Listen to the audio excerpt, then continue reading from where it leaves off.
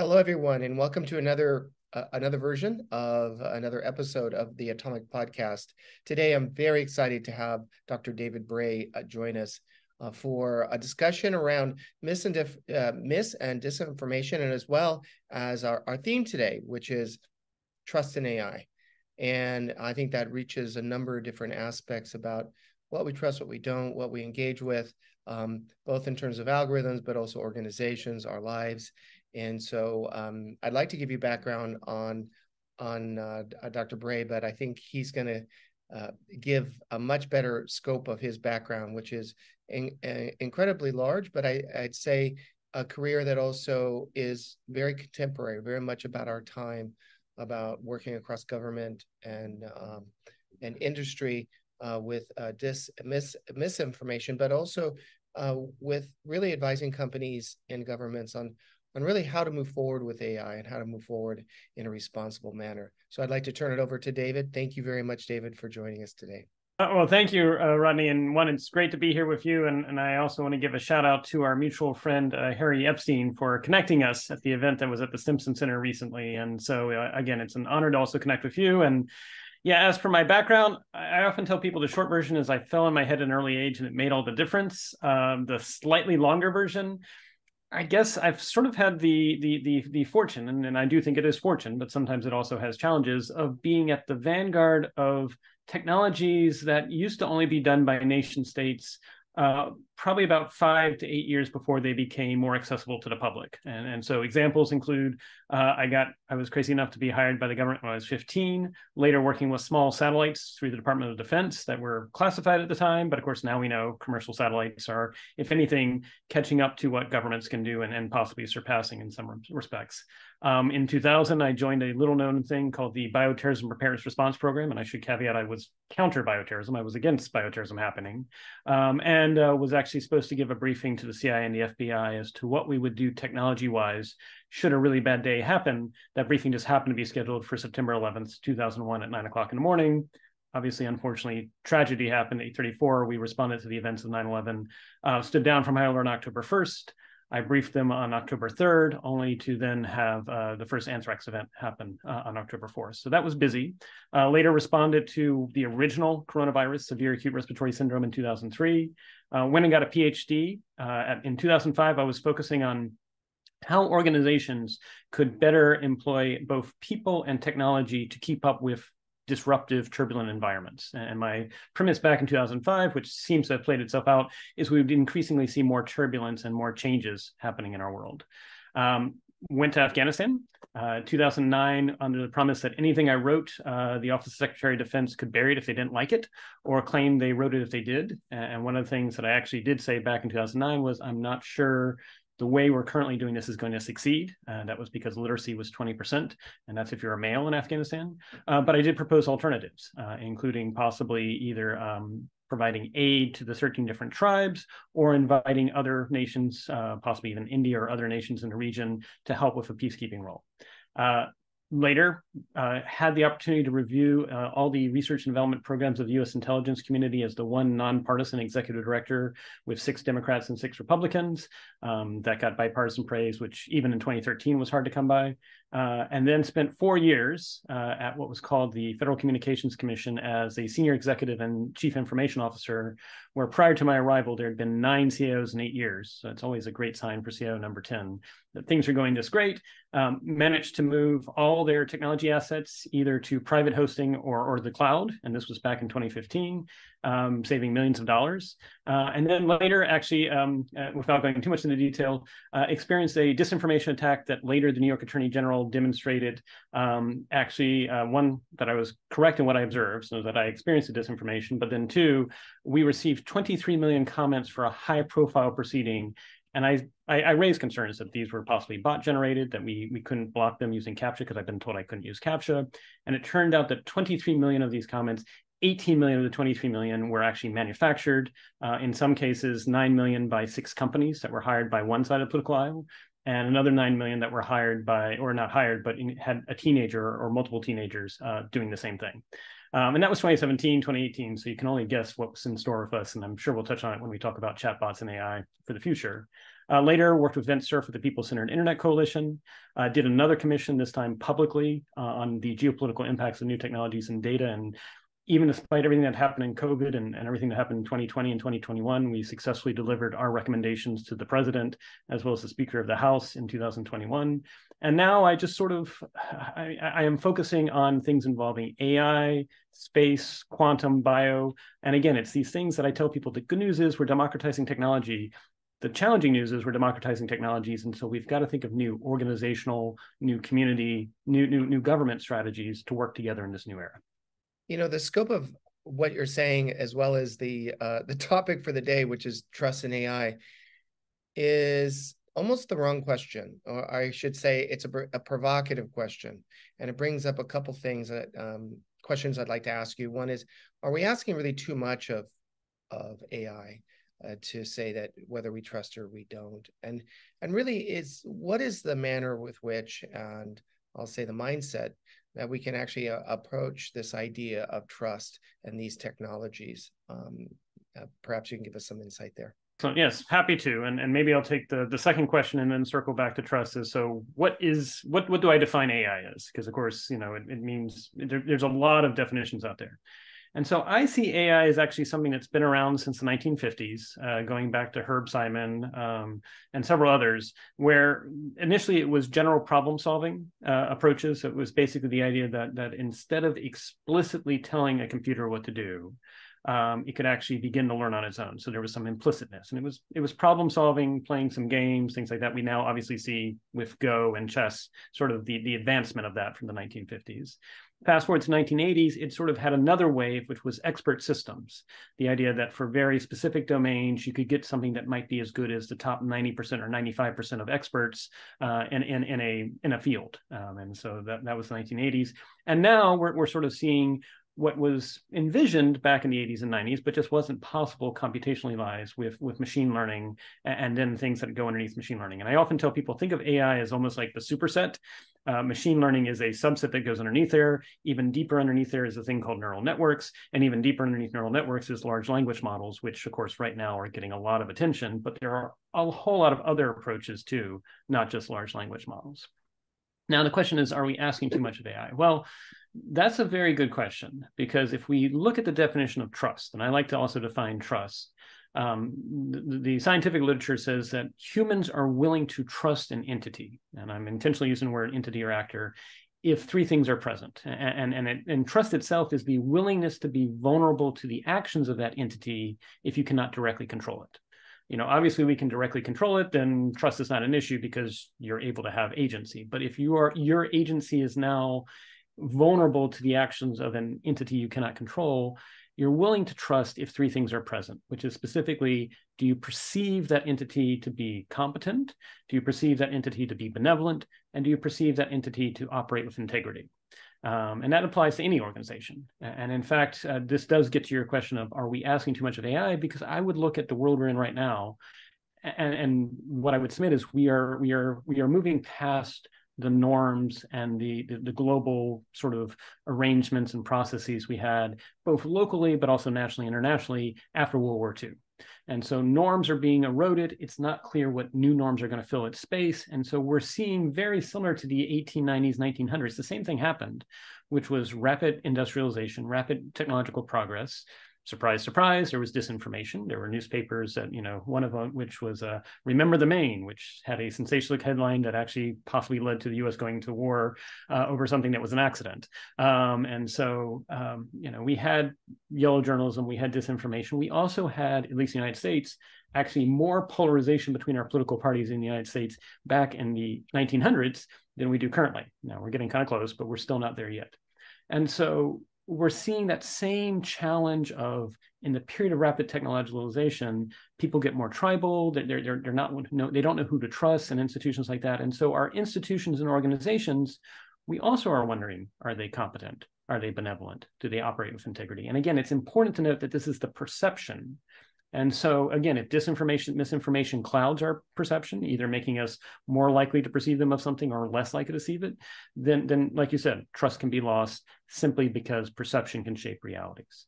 So with AI, one of the things I would say is, yes, you can look at large language models right now and you're like, what's my evidence of benevolence? There's not much with a large language model, and maybe that's something we need to work on. Competence, large language models, I tell people, they are predictive text engines. And so they don't have a sense of what's facts versus lies. And so they will repeat back when you give them a prompt based on the data they've seen, but it's not like they're intentionally aware of a fact versus lie. So competence is a little challenging. Doesn't mean we couldn't overcome it if we change how we train the machine and other methods, but the current methods are lacking there. And then finally on integrity, you can literally go to this large language model and say, that's not correct. And the machine will apologize and say, what I really meant to say is the following thing. And that's because it's trying to keep you engaged. So if it flips that quickly, integrity is also questionable. But again, think about, whether it's governments, whether it's organizations, whether it's, even local communities, the same challenges that we are holding up to AI, we need to hold up to society. And perhaps one of the theses I have is the same things we need to develop trust in AI are actually the things we need to do for this new world order in terms of society and how we're going to have norms of trusting each other locally as well as globally.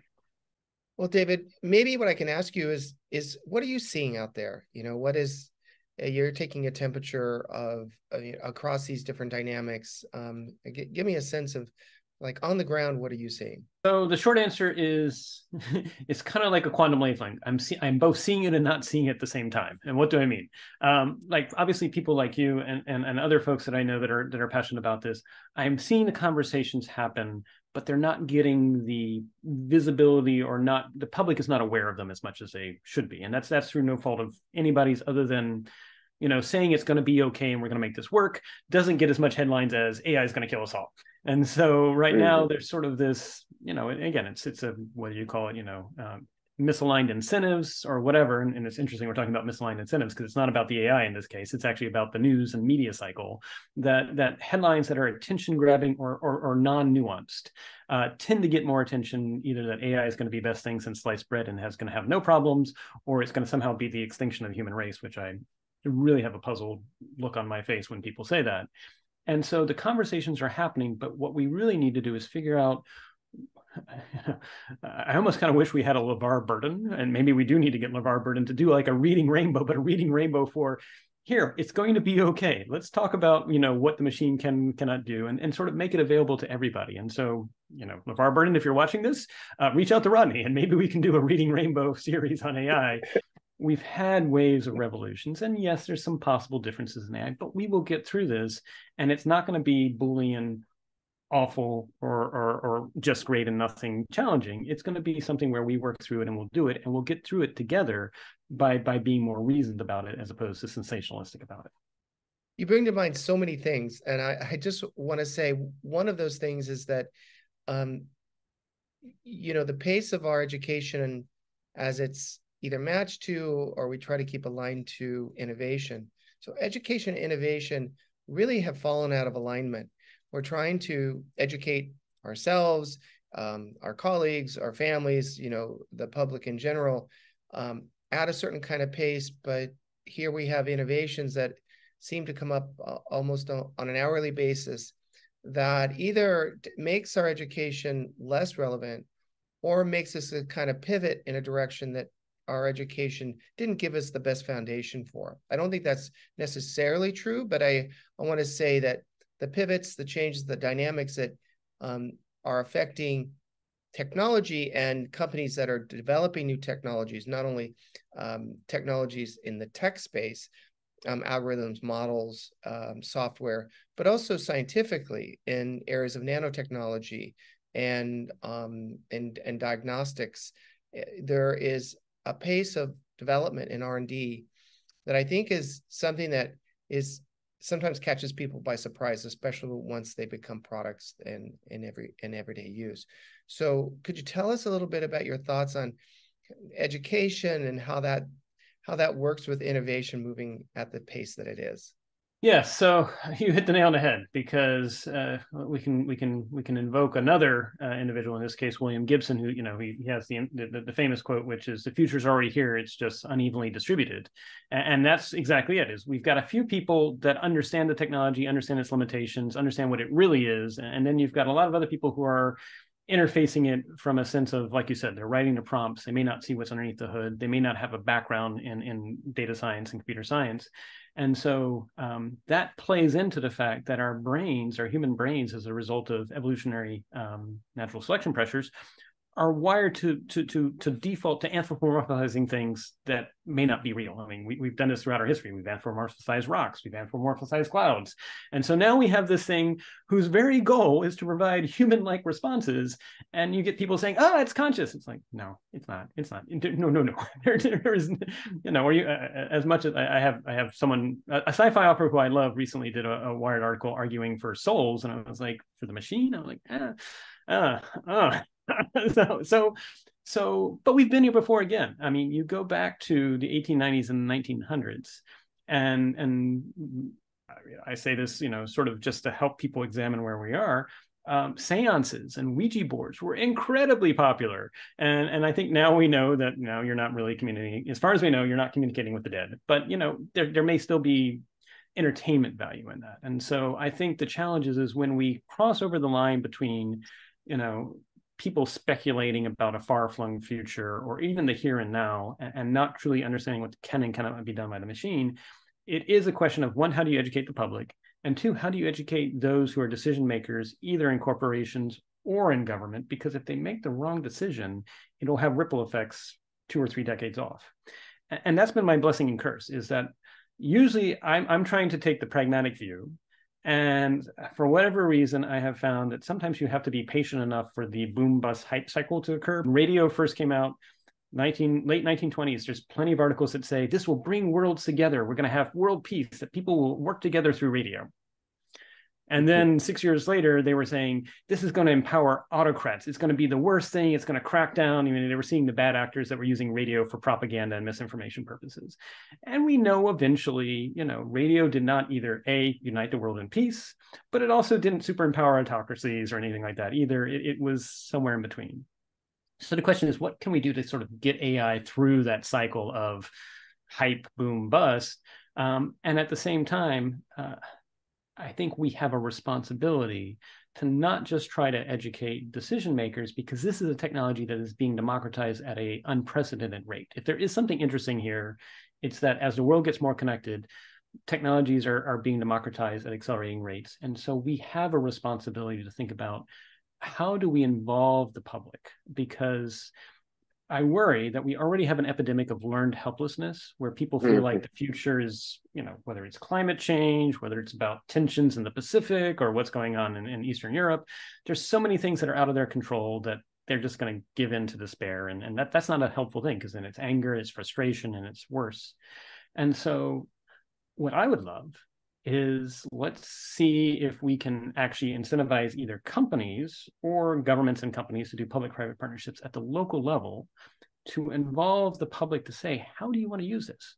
And in fact, an easy challenge I throw down the gauntlet to any of the AI companies, I won't name them, but have a solicitation where your machine asks the public what would actually be projects they'd want to do. And guess what? Large language models would probably be very good about summarizing the data they got. And so you could actually have the AI ask people, what do you want to do? And then summarize it back. And then the challenge to the corporations is, okay, it helps you, it helps them. Put your money on some of these projects that are the synthesis of what people recommended at the local level, at the national level, and even at the global level. I appreciate the historical context. I have, history is something for me that is really important. And I think often undervalued when we look at the contemporary, we look at our lives today.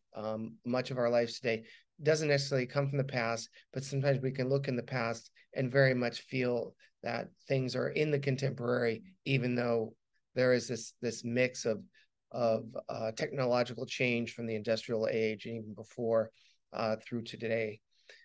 But there is an argument to be made, David, that this is different, that we're at this stage where AI comes into play. And is this like the steam engine? Is this like the locomotive? Is this like the car? Is this like television? I'm just bringing up a few. And I really think that there is an argument also to say that we're at an inflection point, that history informs, but it may not necessarily help us in terms of the trajectory from this point going forward. Again, I don't know if that's necessarily true, but it's certainly worth a discussion. What are your thoughts? Yes, so I'll do the data part first and then the learning part second, because I think you're absolutely right. I mean, again, history doesn't necessarily repeat itself exactly, but it does rhyme. And so the question is, what rhymes are useful here and what's different about the rhymes? So on the data part, I actually have an article I wrote about a few months ago, co-authored with the World Economic Forum, where I argued that we need to unlearn the lessons we learned on data for the last decade, especially as we go into the era of biological data. And what do I mean by unlearning the lessons? Well, if you remember, there was the meme that came out that said data is the new oil. I'm like, it's not the new oil. Oil, you use it up and it's gone. Data, you use it, it's still there. In fact, the more you use it, the actual more valuable it becomes because it gets curated, you get metadata about it, and there's actually more value produced. And so it's not the best metaphor. Plus, when it comes to biological data, whose data is it? Because even our DNA is that of our ancestors, that of our family members, that of our future, whether it's our direct children or cousins or other folks that are related. We've got to rethink data. And at the same time, I would go back in the past and say we sort of saw something like this before when railroad tycoons were hugely, as they accumulated wealth, they had access to the network. They had access to things that basically you and I could not do. We couldn't come out and say we were going to compete with this railroad tycoon because they were locked in.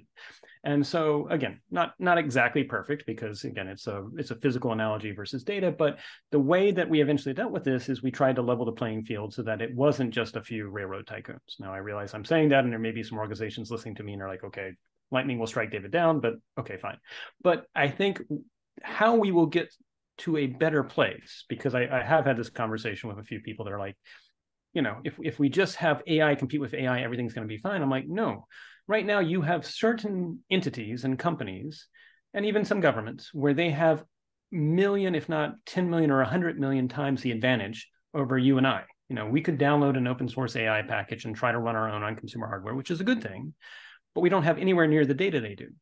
And so if I'm not going to use the word regulation, but if we were to do a very simple fix, and actually there's already some of these things being done in the UK, data cooperatives or data trust, the right for people to come together, because the reality is your data by itself, one, you don't have the time to manage it, and two, it's not that valuable. But if all the people in a certain state or all the people who are passionate about, say, the environment or passionate about sports or whatever said, we are willing to pull our data together, and then here's what we're going to elect some co-chairs to represent our interests, and they will broker with the AI companies how this data is used. Do we expect remuneration or not? It may not be financial. Do we expect to have it be used to actually benefit the following causes, like Alzheimer's research or Parkinson's research, or making our local cities healthier or townships better? I think that's a simple fix. The other thing that I think we need to do, and I'm not saying we do exactly what Europe did, but I do think it's consistent with US values, the right to be left alone. Because the reality is we've done a very good job of making sure our government, will leave you alone, assuming you've done everything. You're not, you haven't broken any laws or anything like that. But we have not done the same thing for companies. And so I think if we want to be consistent with US values, the first would be that your data can speak for you and you can organize collectively as a cooperative for that. And then two, the right to be left alone if you don't want to be involved. And we haven't done that. So that would be the things I would say. The other thing I would say real quick on the learning side, you're right, that there is a learning process here that most physical human inventions don't have.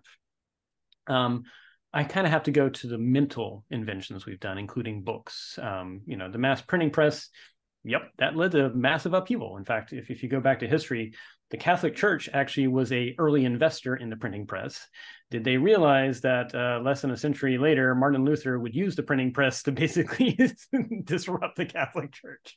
So we may see something like that because, once people actually had access to these books, and it's interesting, you look at Machiavelli's The Prince, and then some of the future like Hobbes and Locke and everything like that.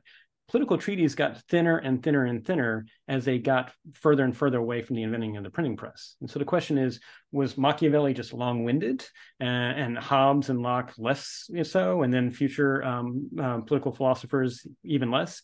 And what I would argue is actually no, it's that Machiavelli had to hide his key concepts in a very thick book, because if you read it and you got to the part where it says maybe the king's not actually divined by God, Machiavelli would lose his head. Whereas Locke and Hobbes and other, John Stuart Mill and things like that, they could be more direct in what they said and not worry about being killed. And so we may be in a similar moment where, yes, this is different than most physical inventions, but if you go back to books and how we had, distributed learning, it gave rise to the idea that we might organize by nation states. And so AI may lead to a new way of organizing as well. There is some rhymes that are worth noting that we've had a similar sort of mental transformation about how people and societies think. David, one thing I do want to ask you, and I want to go back to the idea of data, because the models that we're talking about, AI is very data hungry, and the availability of data, I say, as I can understand it, really from my experience in diagnostics, oncology, and so forth, is highly siloed and can be quite sparse. So, can you maybe provide us some understanding of what's going on in terms of data cooperatives, data consortiums, all of which I know are going forward? To what degree? It would be great to get your insight on, and also really what is maybe some of the leading understandings, if not initiatives, on the public-private side. Absolutely. And so I see three paths. So I'll tackle the public-private path first. So three paths we can get there. I recently, about a few months ago, had the opportunity to talk to the NIH about the challenges of misinformation, disinformation in the health space. And of course, they are concerned that that exists and it's only going to get worse. And the challenges, of course, is they are a government entity. And as you know, even science sometimes has disagreements about things to do. And so if you try to explain that to the public will say, science doesn't know what's going on. And that's not the take. It's just the business of science is we're always refining and learning. So one of the things that could be done to advance data cooperatives would be for NIH, as part of the grants that it does to fund universities, which, by the way, universities actually currently have very high trust levels, or possibly universities with private companies, is to say, in order to receive this funding for this trial or whatever you're going to do, we also ask that you form a data cooperative. And the data cooperative means that members that are participating in a trial have agency over how the data is going to be used. They're all not focusing on a daily basis, but they will elect some sort of representative, almost like, again, I often tell people, we solved this in the 1700s when we were worried about political power, which was we had representative forms of government. We can do the same thing for data.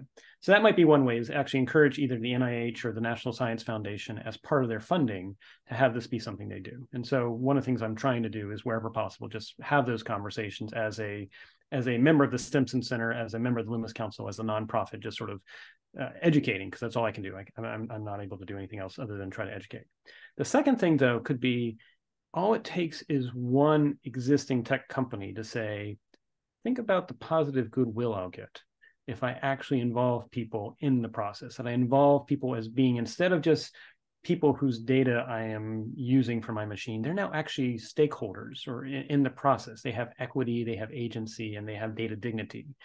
And that could be a company that cares about privacy, Apple, just saying. It could be a company that cares about getting a lead on others, Microsoft or OpenAI, because they have right now challenges about where did you get the data from.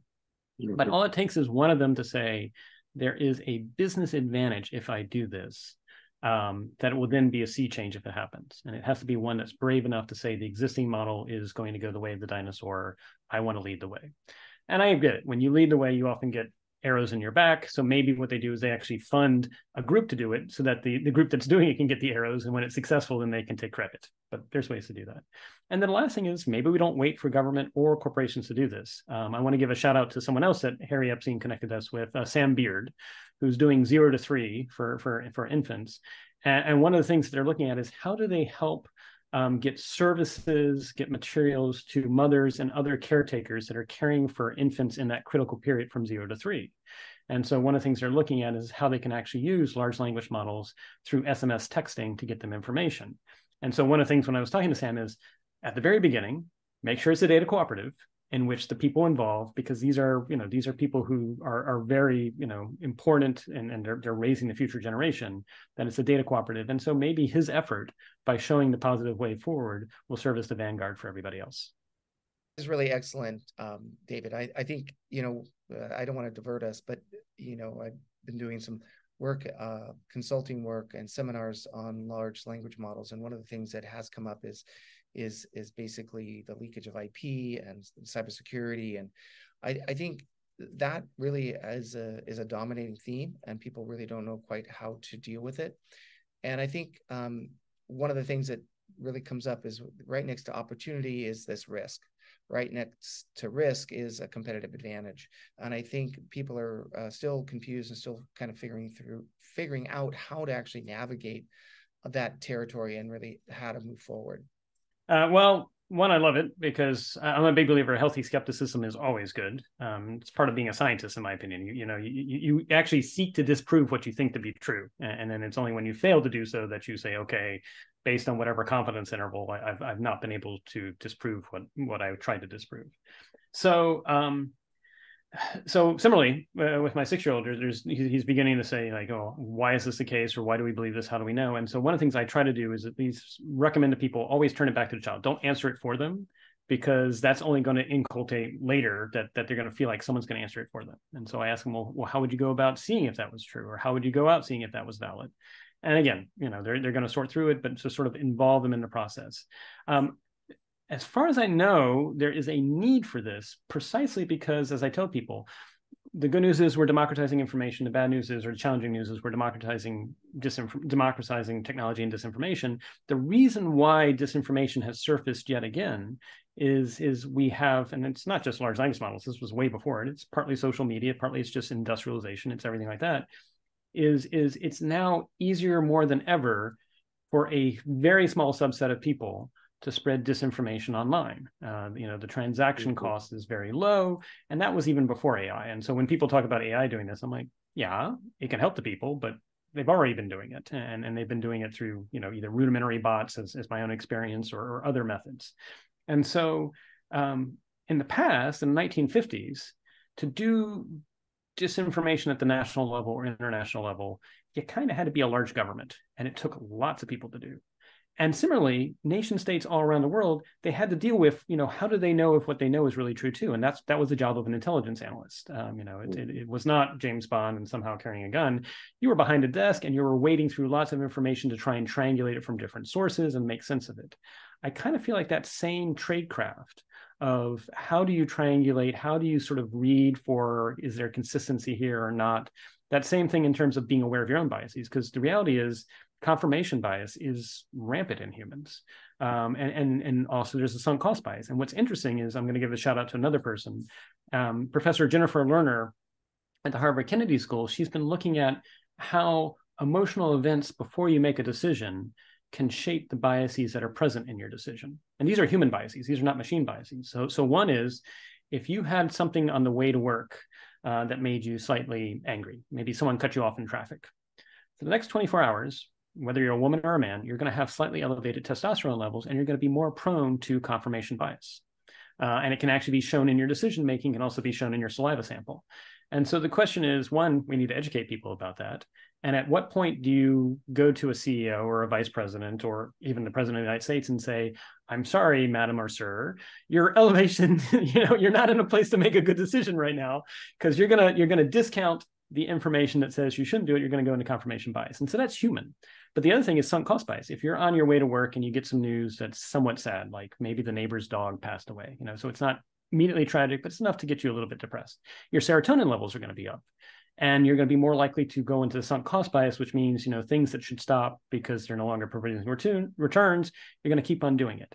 And so all this conversation about AI bias, I'm like, wait a minute.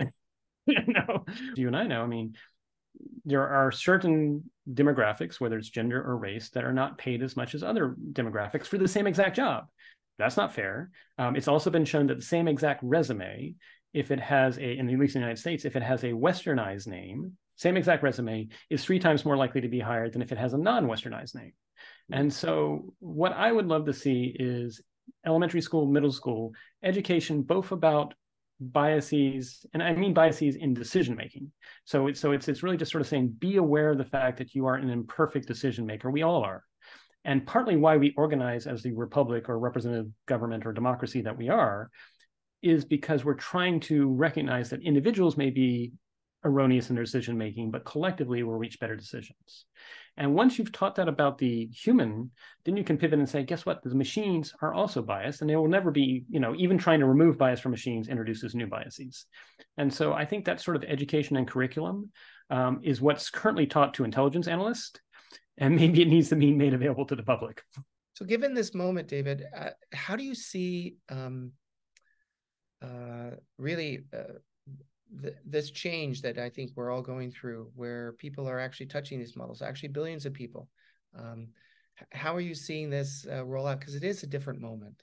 It is. Well, it's different, but again, it's different for most of them. Again, it's the William Gibson quote: "The future is here; it's just unequally distributed." I say, people, you just need the same training that we give to the first 2 years of an intelligence analyst, and maybe we can actually give you some tools so you don't have to spend, because they spend their entire day doing this. If all of us spent the entire day doing this, we wouldn't get anything else done. But that's, and the reality is we do have some countries in the world where they've learned how to do this already. I mean, you go to the Balkans, Lithuania, Estonia, Latvia, they are always aware that there is a large nation, Russia, that is always going to be injecting disinformation. And so they have learned at the community level to always have a little bit of healthy skepticism when they hear a story, to say, why am I hearing this? And what might be some other actors' motivations for doing that? And so they learned how to do it without a formal training program, just because of political necessity. Yes. And one of the things that arrived was the thing called the Balkans Elves. So the Balkan Elves are actually, they have community sort of, let's get together over a happy hour. I'd love to have a graphical, maybe we could, it wouldn't cost a lot of money, but we find a foundation or someone who cares about this, maybe it's Craig Newmark, a graphical novel about the need at the community level to invite people that you may have different views with, you may not always agree with, just to get together for a beverage of choice. Doesn't have to be alcoholic, it could be, but just to get together and talk for an hour or two and actively listen to the other person. And I think, it goes back to the founder. I mean, Thomas Jefferson said that education was necessary for a democracy to thrive.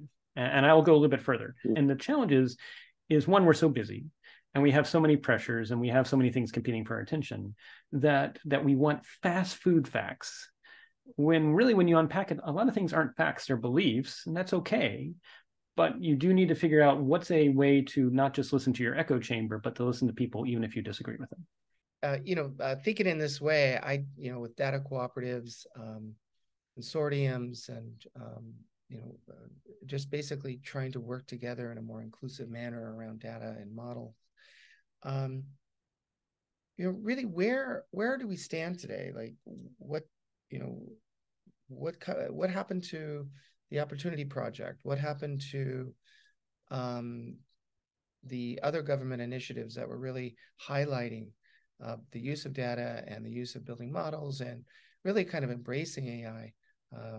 Where did that all go out? Did that just disappear, or has it really changed in a way that we just are unaware of? Because I thought that was really positive. What you saw was the hype curve, which was, I can remember when data.gov and everything was being pushed for. And one, it was the idea that this, so people looked at what happened when satellite images, so there was a thing called Project Corona. Project Corona in the 1959, 1960 was to launch a rocket that would take photos of the Soviet Union, parachute a film canister, and actually sort of provide insights to the Cold War. And the first 13 rockets blew up. Eventually, they succeeded on rocket attempt number 21. Those images were later declassified in the mid-90s. And so when those images were declassified, one, it was bought by a company that later was bought by Google and became the basis for Google Earth, but it also led to GPS and all these services, these location-based services that we have now. And so when you saw the push for data.gov, it was partly based on, can we have another moment where we declassify satellite imagery, we declassify this, and we're going to have this new industry be created.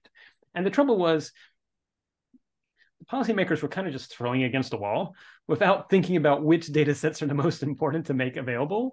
And so I think, just by throwing it against a wall, it didn't really work. The other thing is, I hate to say it, is when data.gov launched, and again, it was a MVP, minimal viable product. And even then they write language saying machine readable. I'm like, technically a PDF's machine readable, it's just not usable. But anyway, and so I think what we need now is maybe signals from the private sector and signals from universities as to what data sets would be the most valuable. And again, it could be NIH on health, clinical trials.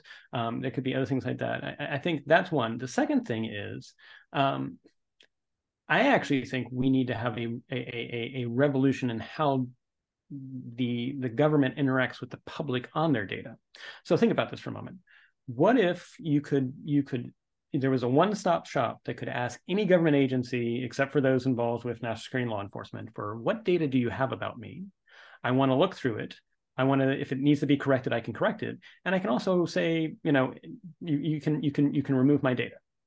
That would create a sea change within government agencies to make their data more usable to respond to that. Because sadly, right now, and I'm only picking on them because they're big and I know the figures, the Department of Defense, they're spending more than $11 billion on HR systems.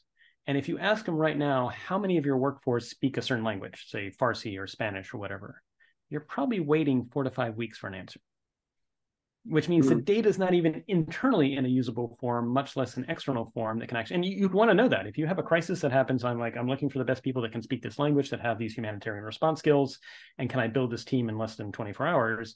You'd want that to happen. And so, just like how we can do credit reports and we can actually see our data and we can, correct it.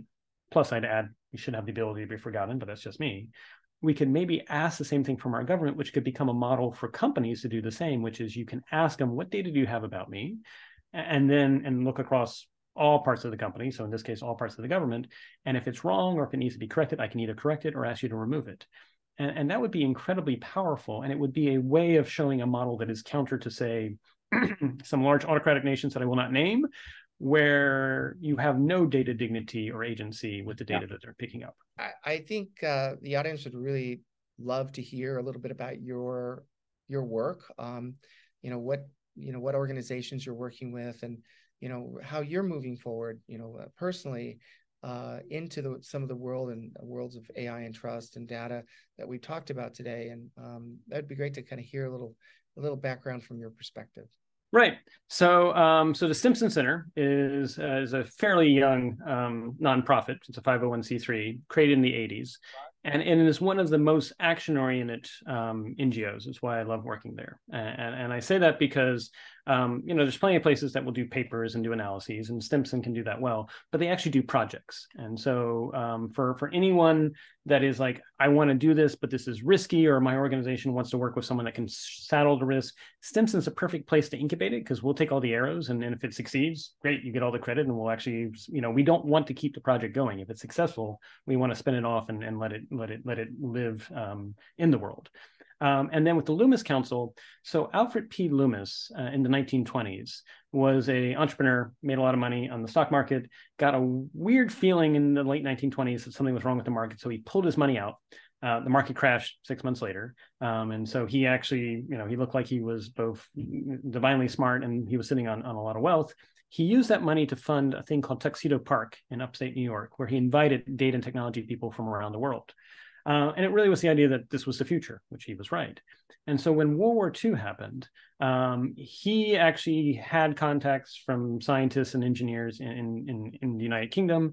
He went down to DC and said, they're working on this thing called radar.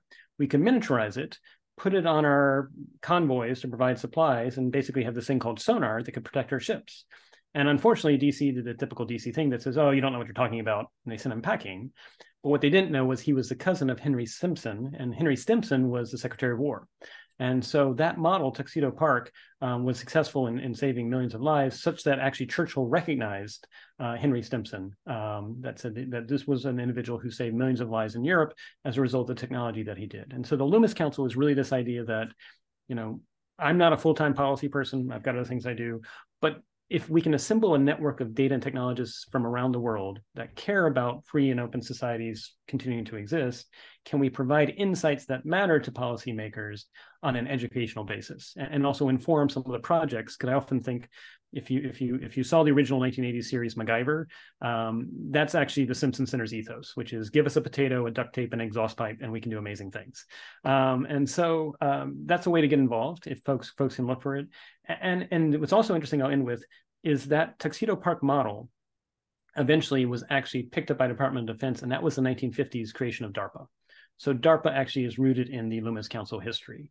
And so what I think we need now is something that's not purely government. I think we actually need something that's private sector, local communities, and governments, which is an advanced research project agency involving AI for the benefit of people. And again, respecting IP, respecting trade secrets and everything like that of the different companies. But if we don't show the future for people, then either A, they're going to remain fearful and distrustful, or B, the future is going to be shaped by a very few set of entities that may also be autocracies. And that's not a type of future I want. I want a future that is actually embodiment of all our hopes collectively, we the people. David, I want to just extend a very warm thank you for being on the planet, being so vital to our understanding of really AI, but AI for good, and AI and all the different sort of institutional societal issues that have come up, but also how we create a stronger society, stronger bonds, not more divisive ones, and really how we can sort of go forward as we learn together. I really want to thank you for your great work and spending some time with me. Thank you. Same to you, Rodney. Thank you for all that you do, and onwards and upwards together.